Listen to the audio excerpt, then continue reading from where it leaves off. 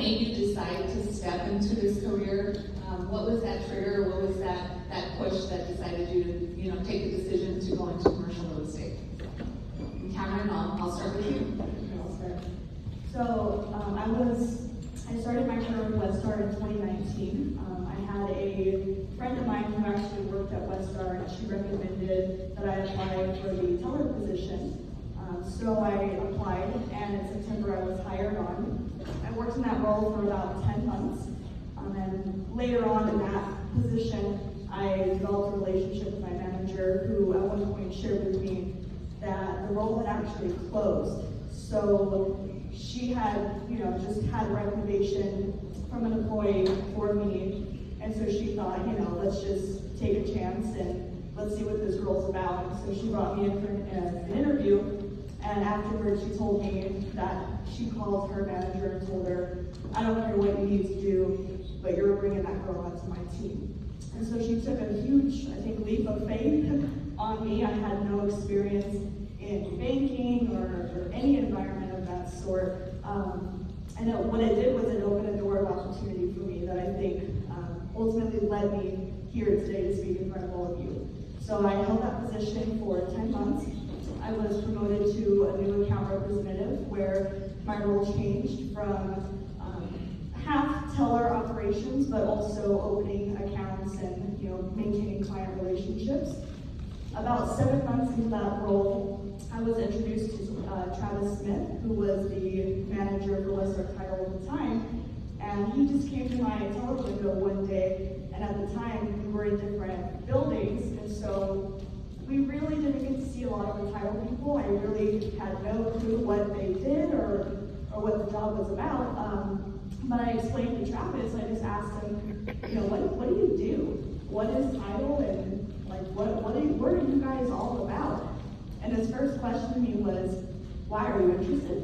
And I was like, I don't know, tell me what it's about, and I'll tell you if, I would go for it. So over the course of the next few months, we started to talk more, and eventually he offered a position for me to come on as a commercial escrow assistant.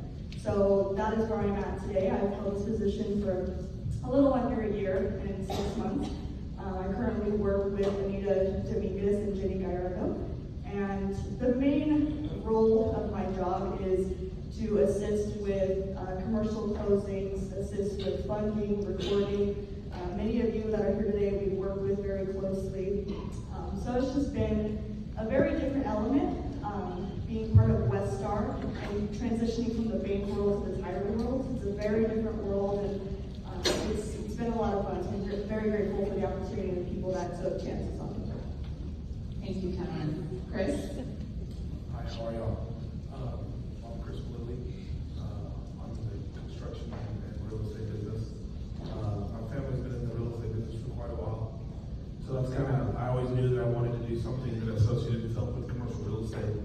Ironically, the reason that I got started in construction was that Arizona State dropped real estate as a major when I was a freshman in college. And at that point, I didn't really know what to do. And so, mulling it over, I decided to venture into the engineering school that I didn't have anywhere near the grades to get into. And so I ventured over there and I liked construction. And so I realized that Arizona State had a good construction management program. And talked to my counselor, said, hey, I really want to do that. She said, well, we need to get you some fine arts classes for a little while because your grades aren't so great. We can do that, no problem.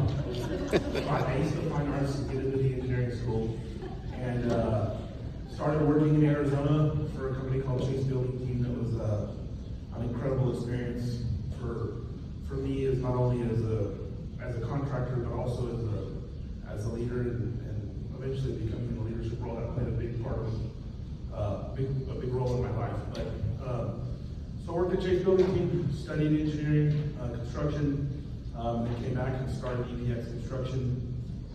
Started all our work really focused on in the retail construction world. With that being said, I started to do a little bit of development, did a lot of stuff with my family, did a lot of stuff for third-party people.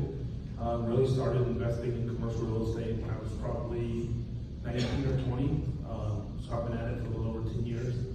And construction and real estate, at least for all, new product, they go hand in hand. I mean, any developer or any broker will tell you that,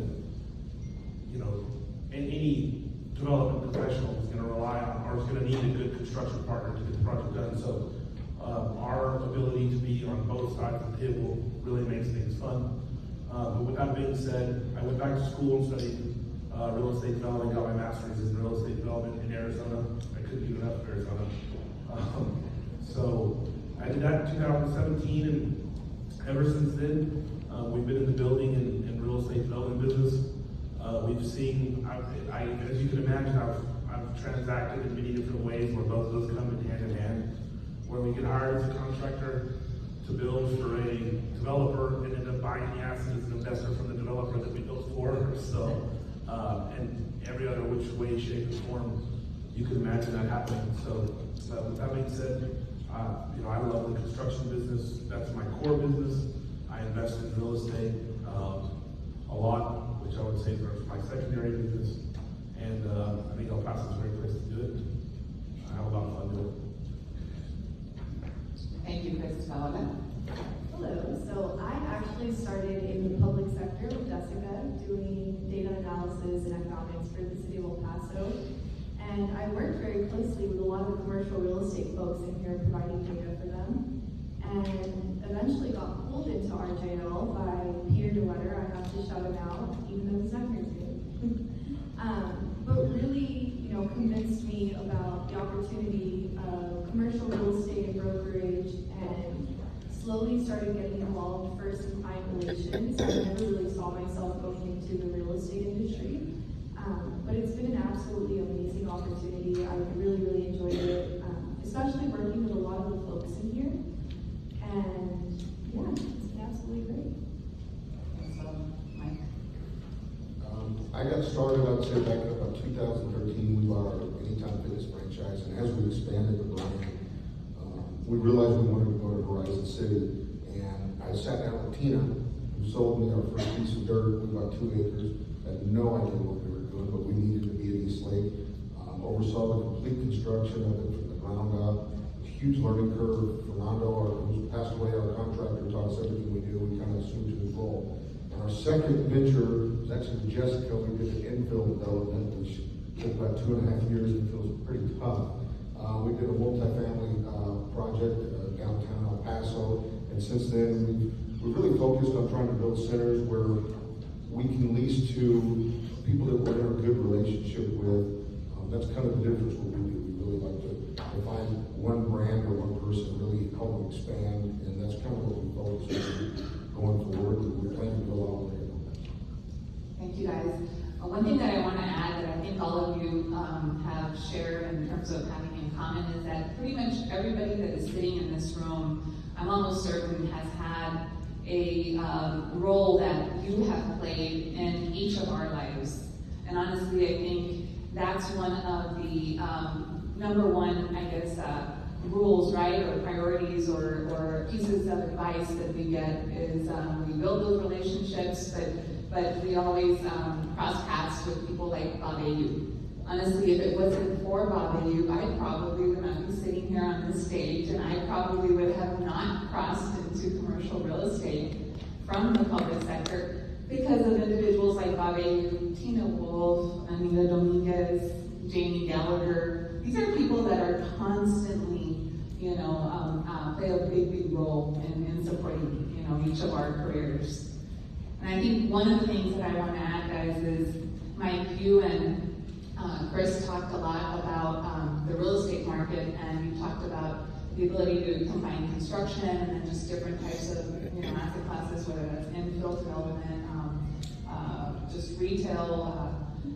What are your thoughts? What are your perspectives on today's real estate market? Today's market is incredible. It's been very, very strong the last 2 years.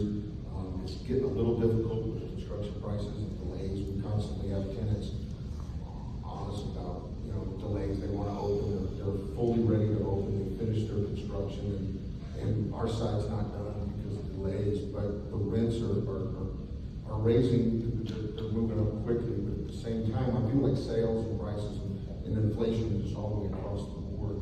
But it's maintained. I mean, 2 or 3 months ago, Chris and I had a conversation, we thought there was gonna be a little dip, and it seemed like there was for maybe 4 to 6 weeks.